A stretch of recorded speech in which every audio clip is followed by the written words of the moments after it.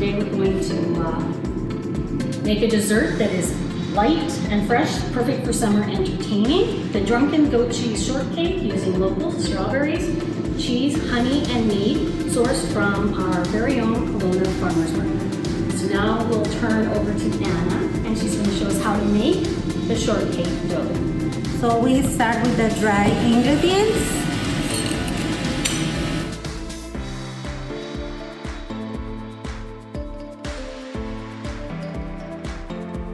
We are mixing all the dry ingredients for our biscuits. Over here in the side we have the grounds that we need for basil. We'll put in the dry. So after that we put our butter. It is a room temperature. We mix it up all together. And actually we keep one egg for egg wash. We put on the side before to baking. We're going to bake in that one 350 for 15 minutes. So we're going to put the buttermilk. Yes, we have to be gentle. Put everything together.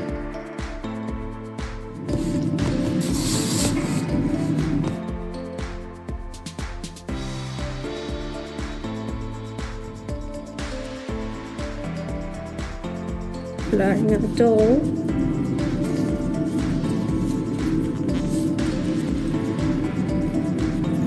And you're just patting it down in the shape of a circle and all, so it's even on all sides, so you get a nice even. And that will be patted. We have to be gentle. Stay the side. There we go. Oh, and look at that, isn't that This nice? will be our biscuit. Right, here we are with our filling step for our drunken goat biscuit here. So what I have in front of me is some nice Carmelli's goat cheese, local Okanagan goat cheese. We have a little bit of that linden honey that we were using before, and also some of that lovely hibiscus or pascap mead. So we also have some micro spicy basil here, and what we're gonna do is mix them all together and make sure that your goat cheese is at a room temperature, tempered warm, because trying to whisk it is going to be a pain. So leave it out of the fridge about an hour before you're going to mix it so it's nice and soft? Well, that sounds pretty good. So you want to fold it all together with a spatula first, otherwise you're going to make a mess out of yourself. Once you see that liquid kind of absorbing into the goat cheese, then you're ready to switch over to a whisk. You really want to work it to get any kind of the mealy clumps of goat cheese out, so you have a nice whipped, smooth consistency similar to a whipped cream. This spread will be going on our biscuit to balance out with the sweetness of the coolie, the little bit of the bite of the goat cheese, to kind of carry our biscuit to be either more of a dessert or into just a light snack, so it's not too sweet. And there you have it. Some whipped flavored goat cheese, little bite, little sweet, ready for whatever you need. And I will be making our local strawberry mead coolie. It's going to be, we're going to use it to macerate some fresh local strawberries for our finished product, and use it as a nice liquid component for the dish as well. So I'm going to start by adding my quartered strawberries. We've taken off all the leaves and then just did a rough chop quarter.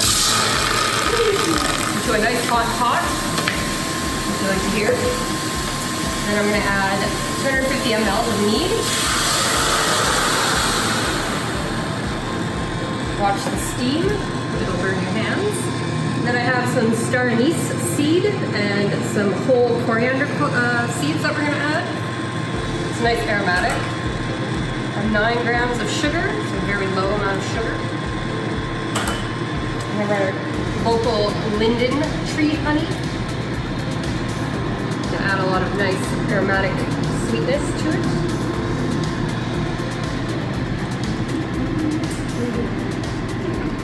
Some now we're just stirring it to fully incorporate everything. Otherwise your honey will just sink to the bottom and it can start to burn if you don't fully mix it. It's a very simple, quick recipe. Your key components are you want it to simmer nicely so that all your liquid doesn't evaporate. And you don't want to overcook the fresh strawberries either. It could give a bitter, overcooked taste to your coolie. So we're going to let it simmer. It's simmering nicely now. We're going to let it simmer for about 15 to 20 minutes. We're not trying to really reduce it at all. We're just trying to cook out the strawberry and then get the flavors from the aromatics that have been added and dissolve a little bit of sugar that was added as well. And then, yeah, we're going to puree it with an immersion blender or a stick blender or a hand blender, many different names. And then we run it through a sieve lined with cheesecloth, just so any type of seed that could be left over, like strawberry seeds, are very small, so it'll pass through any type of strainer that you can get. So adding the cheesecloth will just remove any seeds or any chunks that may remain after you puree it. And once we've done all of those steps, this is your finished product. It's a nice deep red color. As you can see, the xanthan gum adds a nice viscosity to it. Keeps a little bit of texture as well. It doesn't just run off. It's not too liquidy. Okay, so here we are now at the moment that we're going to put the whole dessert together. Raya's going to show you how it goes together and how to plate it really nicely, so that you and all your guests will ooh and ah.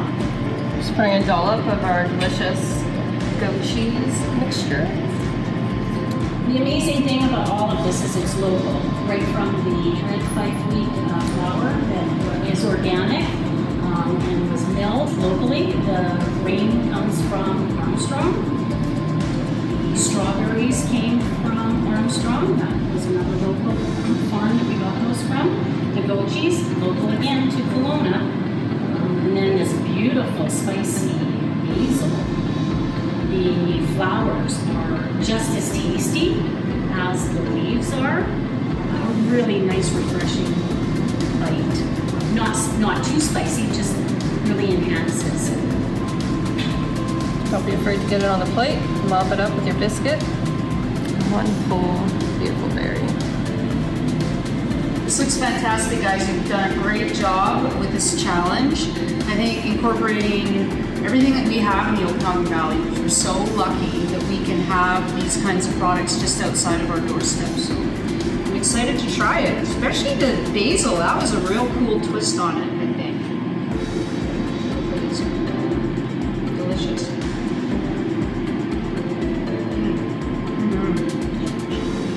Very good. I love that this can play as a dessert as well. It's not very sweet. It's a nice, light, refreshing end to the meal, or as Jeremy mentioned earlier, even a snack like an afternoon kind of thing with a little bit of salad. It would be an amazing dish to do in the afternoon. Beautiful summer day in the Okanagan or wherever you are right now. Cheers.